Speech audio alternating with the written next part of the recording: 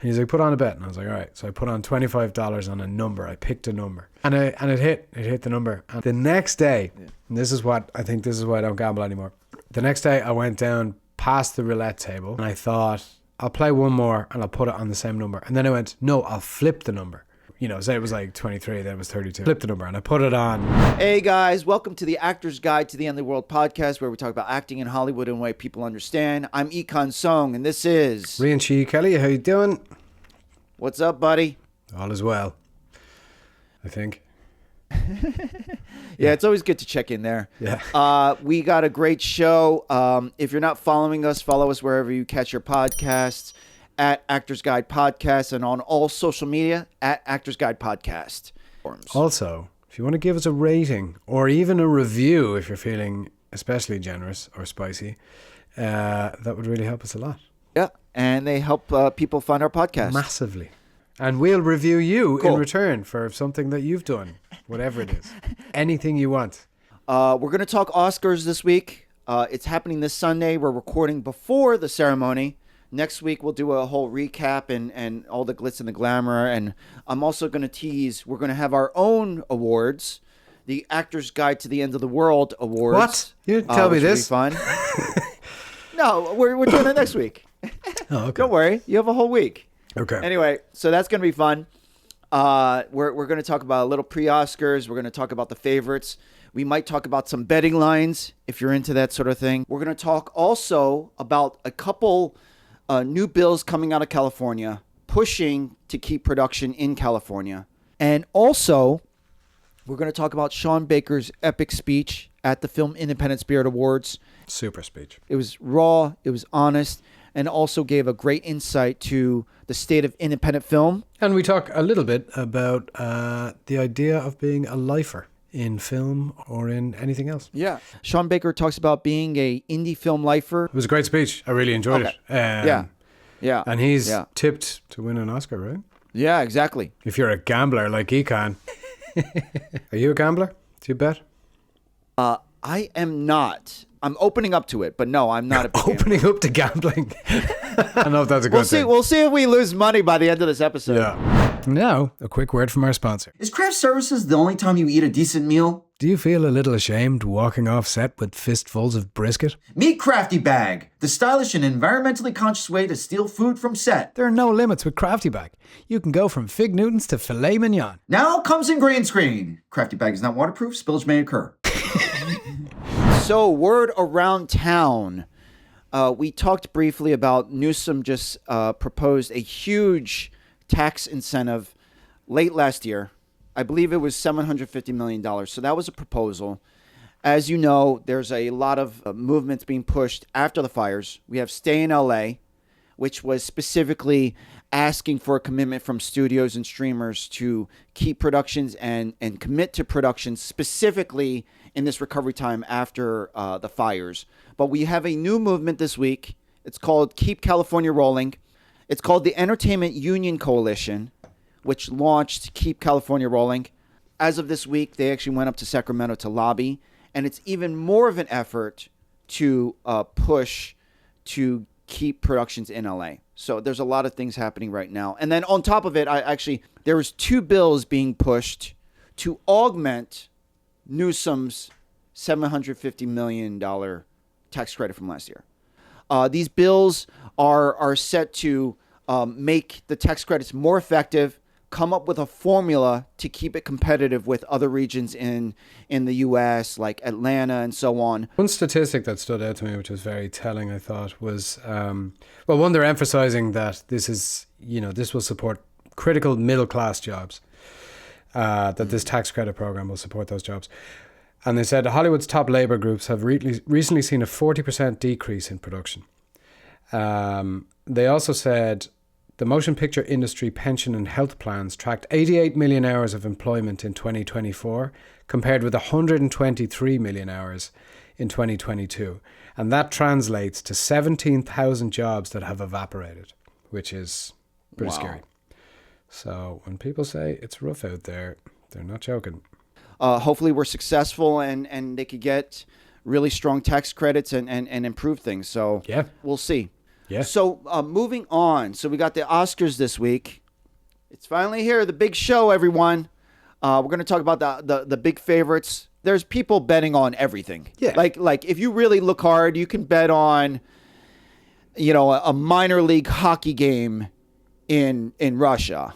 As far as these favorites, there is action on the Oscars. It's to put in perspective, all of the Oscar action is equivalent to, say, one football game, American football. So it's not huge money. Wait, what do you mean by that? When it comes down to it, You mean the total bets? The total amount of money. Exactly. It is interesting to think about it, and next week when we do our recap, we'll see who made money. There's no real science. That's part of the fun. You kind of don't have that much for, say, the Oscars besides what happened in past ceremonies. According to the Variety, the odds are overwhelmingly determined by the outcomes of the BAFTAs and the SAG Awards. It actually swung. It actually did swing the favorites a little bit. So we're looking at Best Picture here. Actually, guess which one's the favorite? Who do you think is the favorite? Well, Anora, because I can see it. Oh, okay. You already know it? I already knew. All right. Well, I appreciate your honesty. Yeah. So we have Anora. Man, you're good. So we have Anora as the favorite for Best Picture. They swung. I want to believe Sean Baker just took awards at the Film Independent Spirit Awards. I just learned how these odds work. So when you see minus 200, it basically means that if you bet $1,000, you would win $800 back. Got it. Okay. You get your And that original means- 1,000 plus 800. Exactly. Yeah. Second up. So second, in as far as odds go for Best Picture is Conclave. Now we're not going to get into if you're not into gambling, we're not going to get too far into this because chances are you guys aren't degenerates like we are. Well, hang on. Before you class me in that category. Yeah. Tell me your gambling story. Okay, so tell me your gambling story real quick. One, I hate losing money. So I'm not a good gambler. I don't really like gambling because I hate the thought of losing money so much that kind of overshadows the thrill of winning for me. Because it feels like such a waste. And the first time I went to Vegas, I've been to Vegas twice in my life. The first time I went, I had just moved to America, and my pal, a couple of my friends came over from Ireland, and we drove to Vegas, and we went to Vegas for 5 nights. Not knowing any better. Yeah, that's a disaster. And in the first night, we sat down and we played 3-card poker, and I lost most of my money. And then the next time I went back to Vegas was for my pal Emmett's bachelor party, and that was in 2015. And I wasn't really going to gamble. By this point, I wasn't drinking. I was at the roulette table. I sat down beside a friend of mine, and he's like, put on a bet. And I was like, all right. So I put on $25 on a number. I picked a number. I'm not going to give away my secrets. Can't tell you the number. as if that would matter at all. Yeah, I know. And I picked it up, and it hit. It hit the number, and I got $875 back. How much did you put down? 25, and I got $875. Wow. Okay, that's pretty good. So that's really I won good. $875, which it paid for a chunk of the bachelor party. We went to a fight as well. That paid for the fight. Then he was like, "We have to stay and play some more," and I was like, "I don't know if I do." So I put down one more $25 bet, and I lost. And I went, "All right, see ya." The next day, and this is why I don't gamble anymore. The next day, I went down past the roulette table, and I thought, I'll play one more, and I'll put it on the same number. And then I went, no, I'll flip the number. So, say it was like 23, then it was 32. I was like, I'll flip the number, and I put it on, and my original number came up. And I freaked myself. No. And I freaked myself out so much that I was like, oh my God. Because the odds of that have got to be minuscule. And it shook me so much that I was like, I will overthink this for the rest of my life if I continue to gamble. So that was my brief history. If you bet long enough, you'll realize that you should stop gambling. Okay. Yeah. House always wins in the end. It's a dark rabbit hole. Anyway, so back to betting lines. What a finish. It's a dark rabbit hole. Anyway, all right. So the favorites, number 1 is Anora. Number 2 is Conclave. The third is The Brutalist. Fourth is a complete unknown at plus 4,000. Okay, plus 4,000. Meaning that if you put in $1,000, they'll give you $4,000 back. So 4-1, basically. So that's a wild one. All right. Also interesting enough, as much as everyone loves Wicked, that's an underdog plus 4,000 as well. So speaking of Best Director, Sean Baker crept into the favorite. He's a favorite at minus 165, meaning that if you put in 1,000, you'll make 835. Yeah. So he's the favorite. Number 2 is Brady Corbett for The Brutalist. So that's going to be neck and neck. We have here Best Actor. Who do you think is the favorite for Best Actor? Adrian Brody? No. Yeah, he is. To be fair, he's been sweeping up the Best Actor awards until the SAG Awards, which is really interesting because I think he was a heavy favorite before, and then the SAG Awards happened, and then Timothée Chalamet just kind of jumped in there. Yeah. Adrian Brody is a favorite at minus 230. Timothy Chalamet is at a second at plus 150. Then we got Ray Fiennes, we got Coleman Domingo, and then we got Sebastian Stan. So we have Best Actress, Demi Moore. His favorite? Demi Moore is the favorite. Ooh. Minus 250. That's a pretty heavy favorite. Yeah. Obviously, she won a lot of the awards. So Demi Moore has been sweeping up all the Best Actress awards. Mikey Madison made it interesting by taking the Spirit Award. So the Independent Film Spirit Award for Best Actress. So she made it interesting. We got Demi Moore as a favorite at negative 250. Mikey Madison is a second at plus 165. Cynthia Erivo is a pretty far long shot. Her odds are plus 3,500. And also the whole EGOT thing. Do you know the EGOT? Yeah. Like if she wins, she'll get the EGOT. That is incredible. Which, for those who don't know, an EGOT is an Emmy, Grammy, an Oscar, and a Tony. I mean, the fact that it actually sometimes happens. Would she be the youngest EGOT? Oh my God, you're right. If Erivo wins, she would become the youngest person to ever win the EGOT at just 38. Currently, the youngest person to get the achievement is songwriter Robert Lopez. At 39 years old, collected all 4 awards. He is also the only one to have a double EGOT. That's just insane. What? That's just insane. All right, so that's the odds, guys. Get out there and spend your money. Turn it into more. Triple it. You know, that's how gambling works, right? Just you don't just lose. bet some money and it just triples. Yep, that's my experience. Now, bridging over to Sean Baker again. He made an epic speech when he accepted the Film Independent Spirit Awards. He was speaking fast to get all of it through. You could still hear how heartfelt it was, how much he loves and cares about independent film, but also it was also really educational. We'll put the link in the show notes, and we want more people to see it because I think it was a really telling sign for where independent film is. And if Sean Baker's not going to help push it and save it, then we're in trouble. But he called himself an indie lifer. Like, he was very proud of it, which I loved. Let's start with that he's an indie film lifer. You know, this is a perfect example of a filmmaker. His dedication is so clear. He said the average amount of time that it takes to make a film is 3 years. And for a lot of films, that's short. And he says he's not making indie films to make it his calling card to give him a Marvel franchise or to give him a TV show. Very much like the Tarantino comments that we talked about a few episodes ago.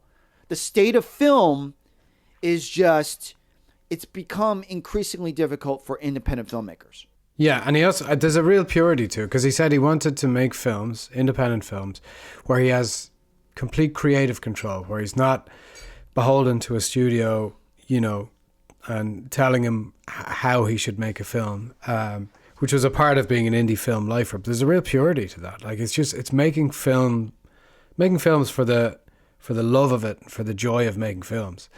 I have a deep love for indie film because, I mean, I think a lot of what you do as an actor is indie stuff, because that's the first accessible thing. I had the opportunity to be part of an indie movie from start to finish a couple of years ago, and it was such a wonderful experience. There's a real sense of camaraderie as well, that everybody's pulling together to make this movie, because it's hard to get a movie made. To put in perspective, think about we last week we talked about how much money goes into an Oscar campaign. Okay, just think about how much money is spent in these campaigns, how much impact that has. So you have smaller films like The Brutalist and Anora. Brady Corbett made $0. All that money was on the screen, and he made very little of it. So just think about trying to go against Wicked, big studios, Dune Part 2. If you want to look at it like a sports team, you're the small little sports team, and you're going against the Yankees. That's another push for the importance of independent film, and also the fact that we have independent films in this Oscars race. Absolutely. I mean, it's just that much harder. Absolutely. And he was saying, and in that 3 years, and he said that was low, that in his experience, like he made next to nothing for those 3 years. I mean, he made, and I hope he wins for that. I hope he wins the Oscar for that. And I hope Anora wins. And, you know, ironically, that's going to open the door for so much for him as well. I'm sure, you know what I mean? He'll be getting offers to direct everything. He's going to be directing our next Tostitos commercial. Yeah. But that brings up a really good point, because Sean Baker talked about it. If you make a WJ minimum for a script, you're making that fee for all of those 3 years. So you take that fee and you divide it in 3. That's not a lot of money. Right. And then you take out taxes, then you take out fees for your agents and managers. So right off the bat, we have an understanding of what the finances are, and I think that's why it was very educational. It's at the Film Independence Bureau Awards. He knew who his audience was. It was proud, but also a plea. He goes, guys, let's work together. Let's fight to keep this. He also said, I don't have kids, and I know with the way that my career is, and I would, if I did have kids, I would not be able to make these films. And for someone to just openly, just bluntly, honestly say things like that, it was a very raw, it was a very honest speech, but that's the life of an indie film lifer. And a couple things here. This idea of the indie film lifer. Have you ever thought of yourself as being a lifer in anything? Not in any one. Well, in acting, I suppose. Okay. Yeah, probably. Okay. I've probably thought of myself as a lifer. I didn't want to assume, but that's kind of like what I asked, because I thought that might resonate. Yeah, I suppose so. Yeah, actually, yeah. Now that I think of it, as an actor, I was just thinking more specifically in terms of like narrower streams of acting, like indie movies or TV, or. But I've never felt limited, or theater in that respect. But I think probably as an actor, and a few times I've gone, okay, well, if this doesn't work, what else would I do? And I've never come up with a compelling answer, or even a real viable answer, to be honest. Like I sort of found this when I was in my early 20s, and I love it so much, and I love it more and more as I get older, as I get to do more of it and hopefully get better at it, that I've never really considered quitting. Not in any real sense, not in any like, I'm done with this, and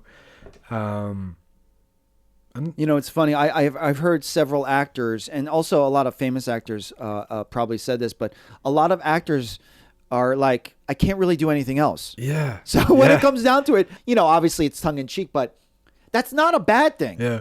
If your life can be very clear when you're like, I can't really do anything else. So, for the most part, my life is pretty clear, and I kind of love that. I kind of envy that almost. You know what I mean?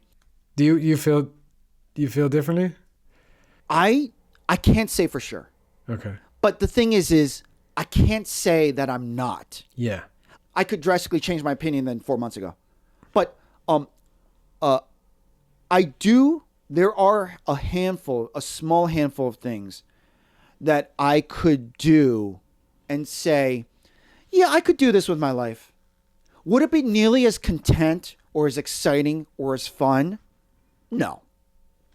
I can't actually say, well, I can't do anything else than acting. Like, there are a couple things where I'm like, I could do that. But could I act for the rest of my life? I probably could. I probably would never get tired. I probably would never get bored of it. Now, obviously, whether finances and the money restrictions happen or not, that's out of our control. But the actual life, career, ups and downs, I'm telling you, if new actors are listening to this, or people who are thinking about getting into acting, really quick, if you're like, this is too many ups and downs, too many heartbreaks, too many roller coaster rides. Regardless of how much talent you have, a lot of the game is not about talent. It's about, can you survive this type of lifestyle? Now, personally, for me and my temperament, for whatever reason, I actually kind of don't mind this life. you know what I mean? So it's like, because you're a like, gambler. To put in perspective, it's the hardcore gambler in you. Yeah, exactly. To put in perspective, Sean Baker, you say, I'm going to make a film every 3 or 4 years. Finances are going to be tough for this stretch of time, but I'm devoted to something I love. I'm not able financially to have kids. And he's been making movies for what, 15, maybe 20 years? Okay? That is a long commitment right before our eyes that we see perfectly. This is what an indie film a lifer is. And I know a handful of indie film lifers. You know, personally, they're coming up. They're not Sean Baker yet, but I know what that life looks like. And for an outsider to be like, wow, that's really hard. We don't know what it's like, because they would prefer it no other way. And then that's kind of like the way I look at acting, where it's like, not a lot of people can do this roller coaster ride that we're doing. But for us, it's like, I can't really see us doing anything else. Yeah. So that's how I look at it. So who knows? I might be a lifer. You know, I have, you know, side pursuits that I enjoy, but I don't know. We'll see. Yeah, I like that, you know, because I like the possibility, you know, I think that's probably a healthy way to look at it. Like, I could do this forever. I'd be really happy doing it forever. But if something comes along, or, you know, if I choose one of the other interests for whatever reason, that's okay too. I think for me, I'd like to do, there are other things in this industry, like I'd love to direct. I think I'd really enjoy directing. I'd like to write more. I write a bit, but I'd like to write more. So there are streams of it that I'd like to try as well. But as far as acting goes, I really love it. Like, I really enjoy it. Yeah. You know, my enjoyment of it has grown with my experience of it, you know.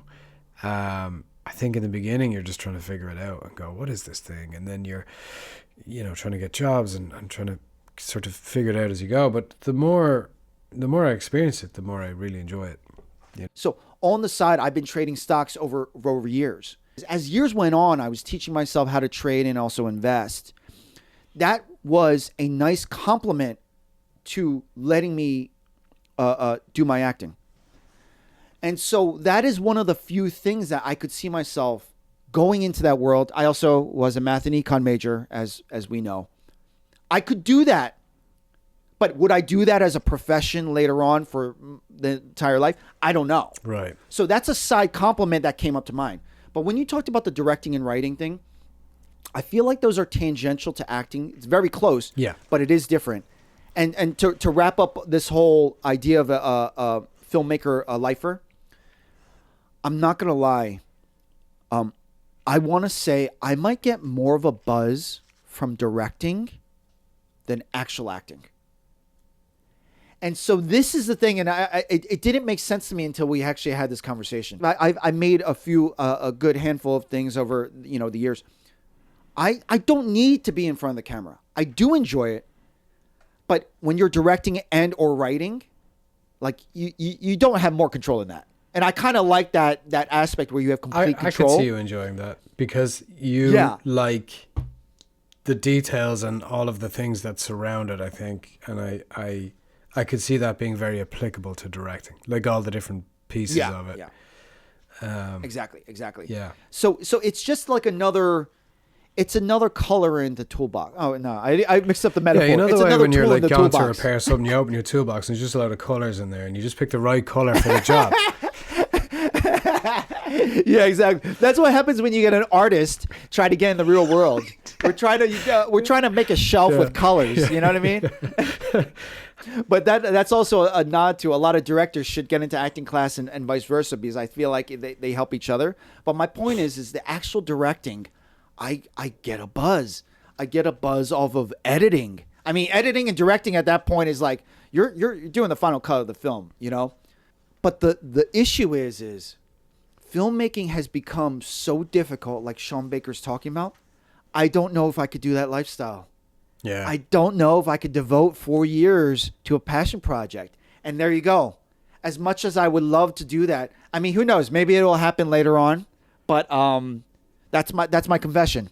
I actually might like to do that stuff more than actual acting. Yeah, But we'll see. definitely worth looking into. And in the meantime, you can teach me how to trade stocks. There you go. Yeah. That'd be good. We'll definitely do an episode when it gets a little slower with the awards and all that stuff. We'll definitely do a finance episode. All right, guys. If you're new to the podcast, we kind of give our hidden gems at the end of the episode to say thanks for listening this long. A little nugget from our week or something that we think you guys might enjoy. You want to go first? Yeah. So my hidden gem for this week is a movie that I think just came out today. It's a movie called Riff Raff, and it stars Bill Murray. I think Ed Harris is in it, Jennifer Coolidge, Oh, wow. Pete Davidson, and my pal Emanuela Postachini, who is a friend of mine and just had a beautiful baby daughter with my very good friend Owen Mackin. So Oh, okay. Yeah, I think that name sounded familiar. Yeah. So I just want to say that is, because I can't wait to see it, and it looks brilliant, and Owen tells me it's brilliant. So my hidden gem for this week is Riff Raff. Get out there and see it, because it looks very funny. It looks like, and it's got a stellar cast. PJ Byrne is in there too. Wow. That is a great cast.